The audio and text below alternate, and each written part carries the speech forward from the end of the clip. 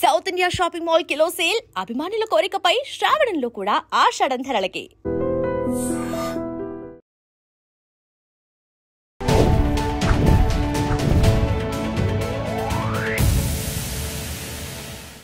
Hi hello నమస్తే, welcome back to our channel. నేను మీ వైషు.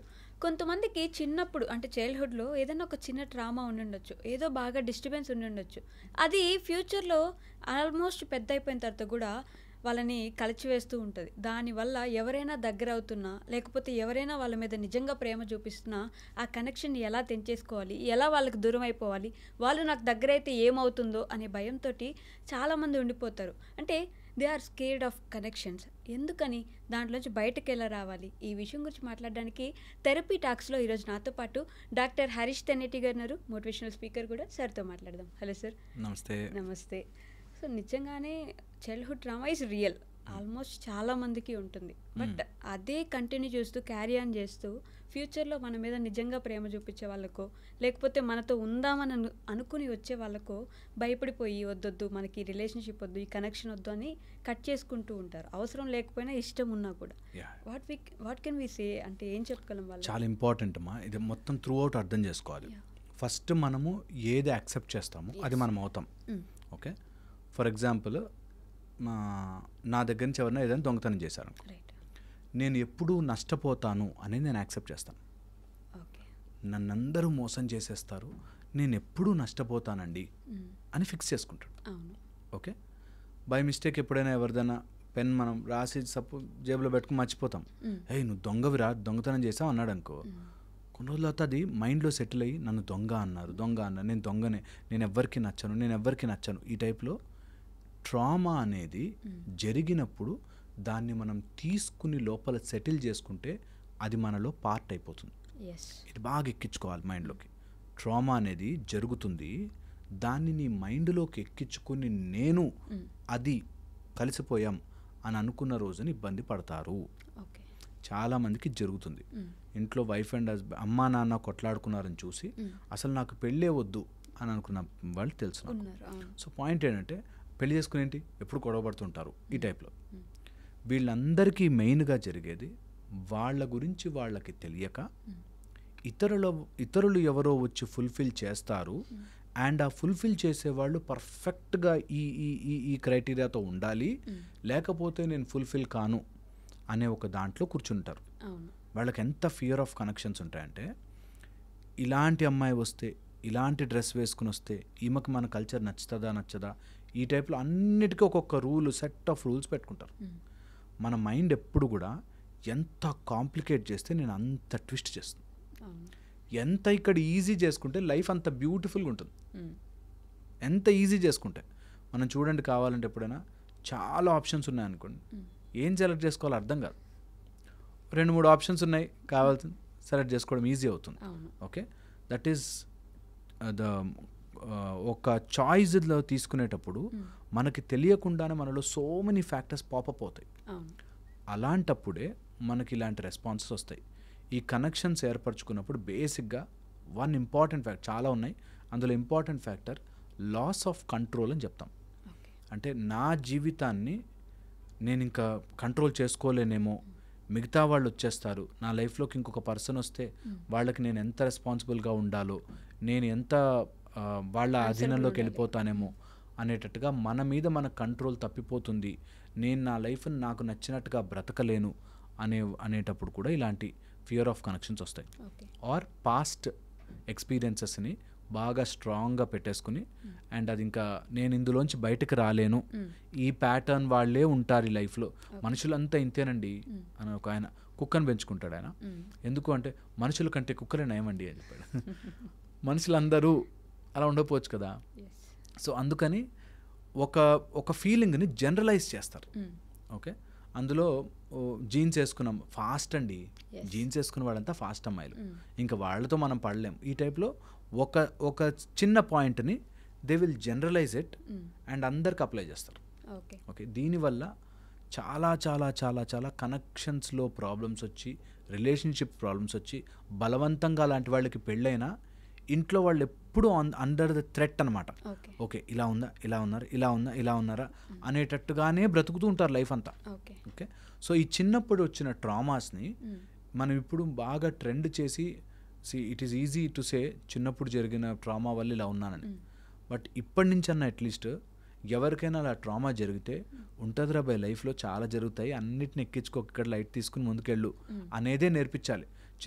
ఇప్పుడు మా దగ్గరకు వస్తున్న సెట్ ఆఫ్ క్లయింట్స్ ఎలా ఉంటారంటే, మా వాడికి ట్రామా ఉండిందండి చిన్నప్పుడు అని. అదొక చాలా అవును, ఖచ్చితంగా మనుషులకు ట్రామా ఉంటుంది అండ్ ఆ ట్రామా నుంచి బయటపడడానికి ఏదో రకంగా డాక్టర్ దగ్గరికి వెళ్ళాలి అనేలాగా మారిపోతున్నారు. నేనంటే don't accept the trauma in your head. నిజంగా క్లినికల్ డిజార్డర్ ఉండి క్లినికల్లీ ప్రాబ్లం ఉంటే డాక్టర్ హెల్ప్, లేకపోతే మనకి మనం క్రియేట్ చేసుకుని ఎవరో అమ్మాయి ప్రేమించాను మోసం చేసింది, ఆర్ ఇంకోళ్ళని ఎవరినో ప్రేమించి వెళ్ళిపోయింది, ఆమెకు బెటర్ ఆప్షన్స్ దొరికాయని వెళ్ళిపోయింది, నేను ఇంత ప్రేమించాను. ఓకే.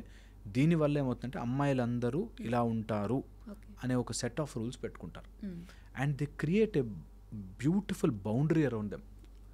అండ్ ఆ బౌండరీ కదిలేసరికి చాలా థ్రెట్ అయిపోతారు. అందుకని తయారు చేసుకునేటప్పుడు బౌండరీ లెస్గా చాలా తక్కువగా కొన్ని పాయింట్సే, మరీ నో జీరో దాంతో ఉండకుండా ఇవి నచ్చుతాయి, ఇవి కాక మిగతా ఏవైనా ఐ కెన్ యాక్సెప్ట్ బికాస్ నేను యాజ్ ఎ హ్యూమన్ నాలో ఇన్ని తప్పులు ఉన్నప్పుడు అవతల వాళ్ళలో కూడా తప్పులు ఉంటాయి కదా అనేది ఒకటి చాలా చాలా ఇంపార్టెంట్. కనెక్షన్స్ ఏర్పరచుకున్నప్పుడు ఫస్ట్ మనతో మనము కనెక్షన్ సరిగ్గా లేకపోతే ఇతరుల కనెక్షన్ మనకు అర్థం కాదు అంటారు. ఫర్ ఎగ్జాంపుల్, నేను నా లోపల చాలా అసలు నాకు ఏదైనా కోపం వస్తే ఎలా ఎక్స్ప్రెస్ చేయాలో తెలియక గిన్నెలు పగలు కొడతాను, విసురుతాను, ఎవరి మీద అరుస్తాను అని అంటే that means you did not understand your emotion.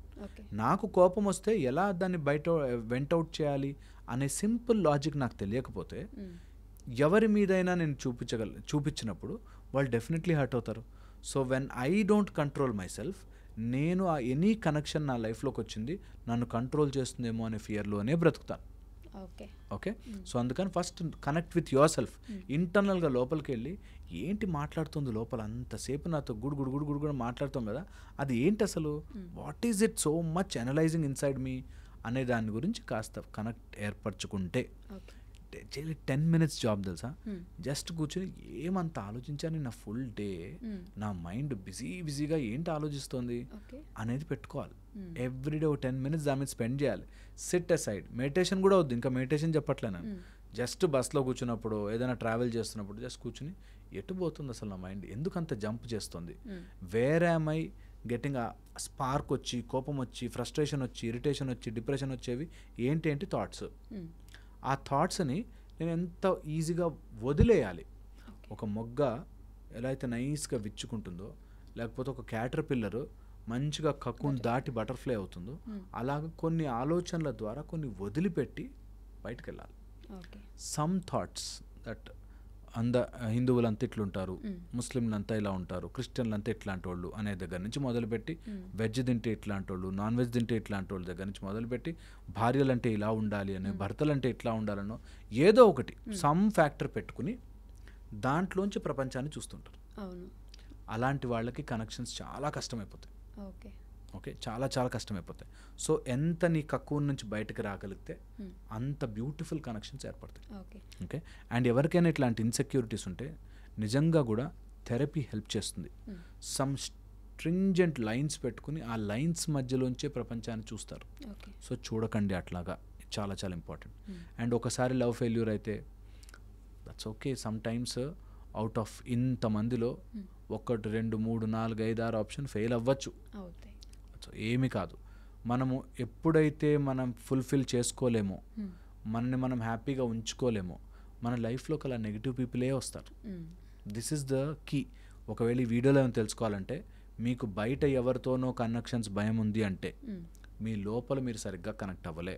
లోపల ఇంకా ఎక్కడో బాధ, ఎక్కడో యాంగ్రీ, ఎక్కడో ఆ రిసెంట్మెంట్, ఎక్కడో తెలియని నాకు అన్యాయం జరిగిపోయింది, నేను నష్టపోయాను, నా అనే ఒక ఈగో పెరిగి ఆ ఈగోని దెబ్బ తగిలింది, నేను ఇంకా మారలేను అనుకునే ఆలోచన నుంచి బయటపడాలి. ఓకే. అంటే ఫర్ ఎగ్జాంపుల్ సార్, చెప్పండి.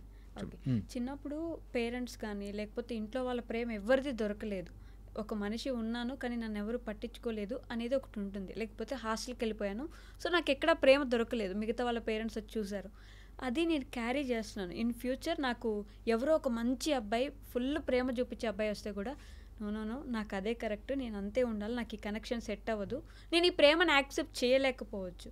అలాంటి వాళ్ళు దట్స్ ట్రూ కదా. అదే మనం ఫస్ట్లో అనుకున్నాం చూడండి, నాకు చిన్నప్పటి నుంచి ప్రేమ దొరకలేదు అండ్ నాకు దొరకదు అనేది లోపల తీసుకున్నాం. ఓకే, సో నాకు దొరకదు, నాకు దొరకకూడదు అనే ఒక ధారణ నా లోపలికి వేసుకున్నాను అనమాట. సో అందుకనే ఎప్పుడైనా అట్లా అనిపిస్తే లైఫ్లో నాకు ఎవరి ప్రేమతో పనిలే, నేను ముందు ప్రేమ స్వరూపంగా ఉంటే అందరి ప్రేమ వస్తుంది నాకు. నా తల్లిదండ్రులు నిజంగా బ్యాడ్ అయి ఉండొచ్చు, లేకపోతే నాకు ఎప్పుడో గర్ల్ ఫ్రెండ్ మోసం చేసి ఉండొచ్చు, ఏదైనా కావచ్చు. నేను ఎట్లా ఉన్నాను, నేను స్వచ్ఛంగా ఉండగలిగితే ఆటోమేటిక్గా నా లైఫ్లోకి వస్తారు. ఇది థియరిటికల్ కాదు, చాలా ప్రాక్టికల్. ఇలా గనక ఉండగలిగితే చాలా కష్టమే, బట్ ఉండగలిగితే కొన్ని రోజులు. Don't accept your trauma first, that నీ మైండ్లో చిన్నప్పటి నుంచి అలా ఉంది కాబట్టి అనేది యాక్సెప్ట్ చేయకండి. చిన్నప్పటి నుంచి అయి ఉండొచ్చు. From now at least I will select my life. From now at least చిన్నప్పటి నుంచి ఏం జరిగిందో జరిగిపోయింది. నౌ లేని వాళ్ళకి నా మీద ప్రేమ తెప్పించే కంటే నా లైఫ్లోకి వచ్చే వాళ్ళని ప్రేమగా నేను యాక్సెప్ట్ చేస్తాను ఈజ్ ద పాయింట్. ఇది ఎంత తెగదంటే, ఎంత గట్టిగా ఉండిపోతుందంటే, చిన్నప్పటి నుంచి కండిషనింగ్ కదా, అంత ఈజీ కాదు. అండ్ అలవాట్లు ఎలా మైండ్లోకి వస్తాయంటే మనకి తెలియకుండా ఇన్వాలంటరీ అయిపోతాయి. అసలు తెలియకుండానే మన చేతుల్లోంచి కంట్రోల్ తప్పిపోతుంది. కొంతమంది ఇట్లా షర్ట్ ఇట్లా అనుకుంటుంటారు, లేకపోతే ఒక హ్యాబిట్ చేస్తారు, లేకపోతే చేతులే అనుకుంటారు. హ్యాబిట్ అది, వాళ్ళకి తెలియకుండా అన్కాన్షియస్గా అయిపోతుంది. అలాగే ఎవరైనా మన జీవితంలోకి వస్తుంటే అన్కాన్షియస్గా మనం వాళ్ళని రిజెక్ట్ చేస్తాం. సో అందుకని రిలేషన్షిప్స్ అన్నిట్లో ఇట్లాంటి డ్యామేజ్ ఉంటుంది. సో వాళ్ళు నాకు ప్రేమ చూపించాలి అనేది అడ్డు పెట్టాం కాబట్టి తల్లిదండ్రులు ప్రేమగా ఉండాలి కదా, ఏమో వాళ్ళ పరిస్థితి కుదరక హాస్టల్ పంపించుండొచ్చు కదా కదా. సో నువ్వు always you take it in wrong sense. నిజంగా కూడా అయినా బెటర్ ఏంటంటే మన సైడ్ పాజిటివ్గా ఆలోచించుకోవడం. నెగిటివ్ ఆలోచించుకుంటే నష్టం మనకే. ఈ విషయం బాగా బ్రెయిన్కి ఎక్కించుకోవాలి. మీ అమ్మా నాన్న నిజంగా నువ్వంటే ఇష్టం లేక హాస్టల్కి పంపించారు గాక అనుకో, అయినా అది ఆలోచించడం వల్ల నీకు నష్టమే. సో ఎందుకు అనవసరంగా దాన్ని అట్లా ఆలోచించడం? వాళ్ళ కష్టాలు వాళ్ళకు ఉన్నాయి, వాళ్ళు ఏదో ప్రాబ్లంలో ఉన్నారు, వాళ్ళు నన్ను హాస్టల్లో పడేశారు, ఇక్కడ నేను ఎట్లా ఎంజాయ్ చేయొచ్చు, ఇక్కడ నేను ఎలా హ్యాపీగా ఉండొచ్చు, ఎలా రైట్ మార్గంలో ఉండొచ్చు. చాలామంది ఇలాంటి పిల్లలు అక్కడికి వెళ్ళి హాస్టల్లో రాంగ్ ఫ్రెండ్షిప్స్ చేసి తాగుడికి మందుకి అలవాటు పడిపోయి రాంగ్ సైడ్ ట్రాక్ తీసుకుంటారు. నేనంట, నీకు ఒక ప్రాబ్లం వచ్చిన వెంటనే నువ్వు ఈజీగా తప్పు మార్గంలోకి వెళ్ళిపోవచ్చు. నీ పేరెంట్స్కి ఎప్పుడైనా ప్రాబ్లం వచ్చుంటే అలా మారకూడదా కదా? వాళ్ళు అలా తప్పు డెసిషన్ తీసుకున్నారు, నువ్వు అలా తప్పు డెసిషన్ తీసుకుంటున్నావే. ఒక అమ్మాయి మోసం చేసింది, ఆ అమ్మాయి తప్పు డెసిషన్ తీసుకుని తప్పు మార్గంలో నిన్ను మోసం చేయొచ్చు, ఓకే చేసింది. నువ్వు మాత్రం తప్పు డెసిషన్ తీసుకుని మందు సిగరెట్లు తాగేసేసి పడిపోవచ్చు. ఎలా హౌ? అందుకని వెరీ వెరీ ఇంపార్టెంట్. మనని మనం చీట్ చేసుకుని ఈ జీవితంలో బ్రతకలేము ప్రశాంతంగా. So don't cheat your self. వాళ్ళు ఎవరో ఏదో చేశారు కదా, నన్ను నేను డ్యామేజ్ చేసుకోవడం ఏంటి? ఎప్పుడో ఎవరో అమ్మాయి నన్ను మోసం చేసింది కదా, ఇప్పుడు నేను మందు తాగి పడిపోవడం ఏంటి? ఇంత కామన్ సెన్స్ లేకుండా ఎలా బ్రతుకుతున్నానని అనుకోవాలి ప్రతి వాళ్ళు. నిజంగా నేను అలాంటి సినిమాలు చూసినప్పుడు గర్ల్ ఫ్రెండ్ వదిలేసింది కానీ తాగి పడిపోయే వాళ్ళని చూస్తే నాకు చాలా ఆశ్చర్యం. ఇంత కామన్ సెన్స్ లేకుండా ఎలా ఉంటారు? సమ్వన్ చీటెడ్, ఓ రోజు బాధ ఉంటుంది, 2 days బాధ ఉంటుంది, 1 week పోనీ 1 month. నన్ను నేను డ్యామేజ్ ఎందుకు చేసుకుంటా? I build my body, I మంచిగా ఎక్సర్సైజ్ చేసుకుంటా, ఎంజాయ్ చేసుకుంటా, మైండ్ ఫోకస్ పెడతా, నా లైఫ్లో గ్రో అవుతుంటా. అట్లాంటి వాళ్ళందరూ అరే I missed this such a fantastic person అని ఫీల్ అవ్వాలి కానీ కదా, అన్నెసరీగా నా జీవితాన్ని పాడు చేసుకోవడం ఎందుకు అన్నది పాయింట్. సో ఇది అర్థం చేసుకోగలిగితే life will be beautiful. Okay, thank you. Sir, one life lesson what medicine has taught you. Whatever you can do without expecting. But I really believe మన పాజిటివ్ యాటిట్యూడ్ ఉంటేనే మనం ఏదైనా సాధించగలం. గట్ని మనం కరెక్ట్గా డీల్ చేసినట్లయితే అది మనకి పాజిటివ్ హార్మోన్స్ని రిలీజ్ చేస్తుంది. షుగర్ వచ్చిన వాళ్ళ పరిస్థితి ఏంటి? పొట్ట దగ్గర పెరిగితే దాన్ని ఆండ్రాయిడ్ అంటారు, ఆండ్రాయిడ్ ఫోన్ కదా. అసలు థాట్స్ ఎందుకు వస్తాయి? బ్రెయిన్ డెడ్ అంటే దానికి ప్రపంచం అంతా కూడా కొన్ని నిర్దిష్టమైనటువంటి లక్షణాలు. మానసికంగా ధైర్యంగా ఉంటే క్యాన్సర్ జయించవచ్చు. You are a doctor for a cause, sir. అంతే. వాళ్ళకు వచ్చిన ఆదాయం కాకుండా ఫ్రీ సర్వీస్ ఎంతమందికో చేస్తారు.